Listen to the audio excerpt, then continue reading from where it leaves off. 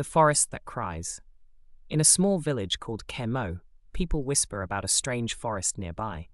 They say that at night, if you listen closely, you can hear someone crying in the woods. The villagers call it the crying forest. Long ago, a woman was burned alive in that forest. People believed she was a witch. Before she died, she cursed the village and said, "I will return. I will call your souls back." No one dares to enter the forest after dark. But 4 students from Hanoi, Hung, Mai, Dui, and Lin, think it's just a story. They're studying folklore and want to explore the forest with cameras, audio recorders, and ghost hunting gear. An old woman named Granny Lua warns them, "If you hear the forest calling, you won't come back the same." They laugh it off and stay in a wooden house near the edge of the forest. The first night is quiet, but when they check the camera footage, they hear something strange. A woman's voice whispering in a language they can't understand. Hung, the leader, replays the sound again and again. Each time it ends with a short, sharp scream, like someone falling into a deep hole. Mai shivers. Lin shrugs. "Just the wind," she says. But deep in the forest, something has started to notice them. Whispers in the night. On the second night, the group decides to camp deeper inside the forest. They bring their cameras, audio recorders, and devices to track cold spots and energy changes. Hung is excited. He wants to capture real ghost evidence. As the sun sets, the forest becomes cold and strange. Lin starts to feel uneasy. She hears soft rustling sounds that don't sound like wind. It's more like someone walking nearby. But when she turns, no one is there. Around 2 a.m., Mai notices something strange. The temperature drops fast. One of their cameras catches a blurry shape standing behind Hung. Tall, pale, not fully human. "Someone's behind you," Mai shouts. Hung turns around quickly. Nothing. But their recorder begins playing a soft whisper. "Don't call my name. Don't call my soul." The voice repeats, each time louder, more desperate. Lin wants to leave. She's shaking. Dee rolls his eyes. "It's just interference. Calm down." Then suddenly something heavy falls nearby with a loud crash. They rush out of the tent and find a broken bird's nest on the ground. No bird. But next to it are tiny handprints in the dirt, like a child's hands. Dee shines his flashlight around. It flickers and dies. Everything is silent. Then, right next to Mai's ear, a whisper. "Let me come home." Red eyes in the trees. The next morning, everyone is tired. Mai says she didn't sleep because she kept hearing someone whispering right next to her ear. Lin doesn't speak at all. She just stares into the trees with a blank face. Hung checks the audio recordings again. Besides wind and rustling leaves, he hears something new. Children laughing softly. Then an old woman singing a creepy lullaby. When he plays it in reverse, they hear words in ancient Vietnamese. Blood calls to blood. Souls follow the path. Doi brushes it off. "We're just scared. It's all in our heads." He picks up his camera to film a silly vlog, hoping to cheer everyone up. But when he reviews the footage, he stops cold. In one frame, just for a second, 2 red glowing eyes appear behind the trees, staring directly into the lens. They replay it again and again.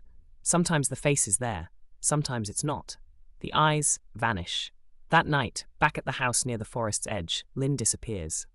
They search outside. Hung finds something in the trees. Lin's red ribbon, tied to a branch, soaked in blood. They also find tiny footprints leading back into the forest. Not adult-sized, child-sized.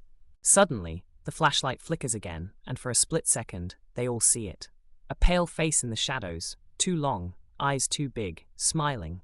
Then it's gone. Mai whispers, "Something in the forest is watching us." The invisible door things get worse. Lin is still missing.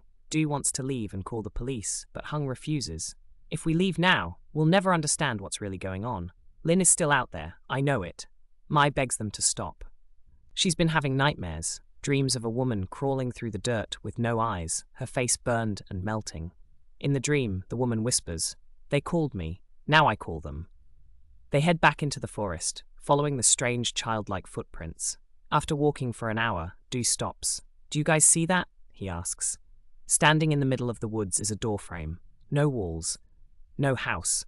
Just a wooden door, old and cracked, with rusted hinges and a broken lock. Hung doesn't hesitate. He walks through it. The moment he does, the forest goes silent. No birds, no wind, not even the sound of their footsteps. Mai and Dewey try to follow, but when they reach it, the door is gone. They scream for Hung. Only their echoes reply, hung, hung, don't call. Then something grabs Dewey's leg and pulls him to the ground. From the bushes, the eyeless woman from Mai's dream crawls out. Her skin is burned, her mouth is bleeding. She says just one thing, choose, blood or soul. Dewey starts shaking violently. His eyes roll back, Mai screams, but the forest doesn't care. The soul caller Mai wakes up alone. The forest looks wrong. The trees are twisted. The light is green and dim, like she's deep underwater. Dewey is lying nearby, breathing but unconscious. Suddenly she hears wind chimes, gently ringing, but there's no wind. From the fog, someone walks toward her. It's Hung, but something is off. He walks stiffly. His eyes are wide open but don't blink. There's blood running from a cut on his forehead. He doesn't speak. He just looks at Mai, turns around, and walks deeper into the forest. Wait! Hung! She shouts, running after him. He leads her to a clearing covered in ash. The ground is cracked. In the center is a black hole in the earth, like something crawled out. Hung kneels at the edge. Suddenly, a burned hand reaches out of the hole, grabbing the ground. Then a full body pulls itself up. A woman, skin blackened from fire, hair long and tangled, no lips, just teeth showing in a wide, silent scream. She looks at Mai with hollow eyes. Then she speaks. You called. Now you must stay. Mai steps back, horrified. But the ground splits open behind her. Skeletal hands grab her ankles, trying to pull her down. Voices surround her, hundreds of them, men, women, children, all whispering, "Let us in! Let us in!" She realizes the truth. Their ghost hunting machines, the recorders, the temperature scanners, the sound gear, did something. They completed a ritual without knowing it. They didn't just look for ghosts, they called them back. Everything spins.